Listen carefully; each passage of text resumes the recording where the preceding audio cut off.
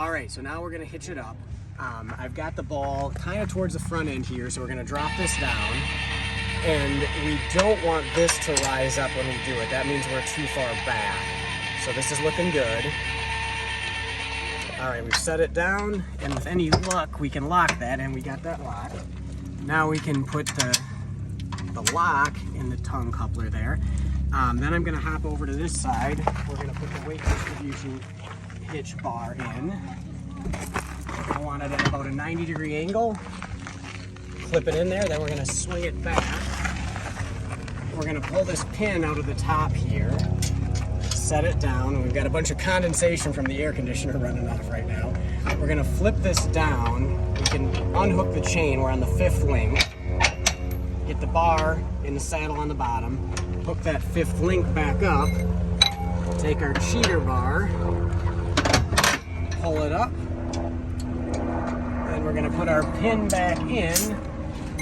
Now we're good with that. Then I'm going to plug in the trailer harness. Then we're going to do the safety chains.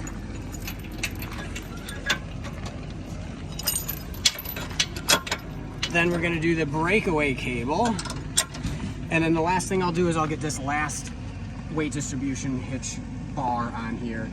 And then we're going to raise the tongue jack up.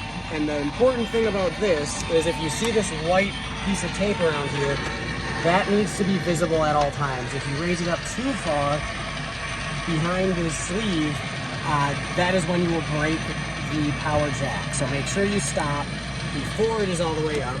And you can also pull this pin and raise this up to get yourself a little bit more ground clearance. But there again, to reiterate, you want to always be able to see this white ring of tape. And it's okay, you don't have to raise it all the way up, you just can't raise it too high. So I think we'll leave it at about there. We've got good ground clearance and we'll be good to go. So we're back home, so now we're gonna unhitch this thing. I've already removed the lock from the tongue here, so we're ready to release that, but it's still locked on there, just not the keyed lock. So first thing we're gonna do is unplug the harness. The last thing we're gonna do is the safety chains. If you don't have the wheels shocked, or even if you do and it rolls, you want the safety chains hooked up because you won't really know it's gonna roll until after you uncouple it, at which point it's too late to do anything about it if you don't have the safety chains hooked up. So those are gonna be the last thing. But so now we've got the wire harness unplugged. We're gonna disconnect the breakaway cable. I suppose technically if you left the breakaway cable hooked up, it would probably help, but the safety chains will do. Next thing we're gonna do is we're gonna pull this pin out, and then we're gonna drop down the weight distribution hitch bars. Let's see here. There we go, that was easy enough. We'll flip that back up. We'll put the pin back in so we don't misplace it. Swing this over, flip it out. Then I'm gonna go over to the other side and do the same thing.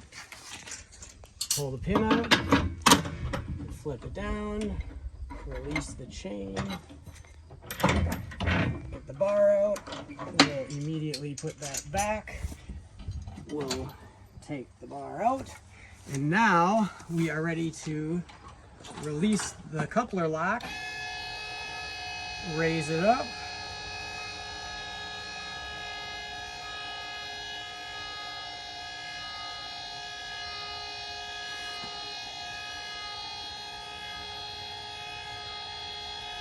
and that worked out well. We had no movement, so we're good with that. Then we're gonna unhook the safety chains. And there you go.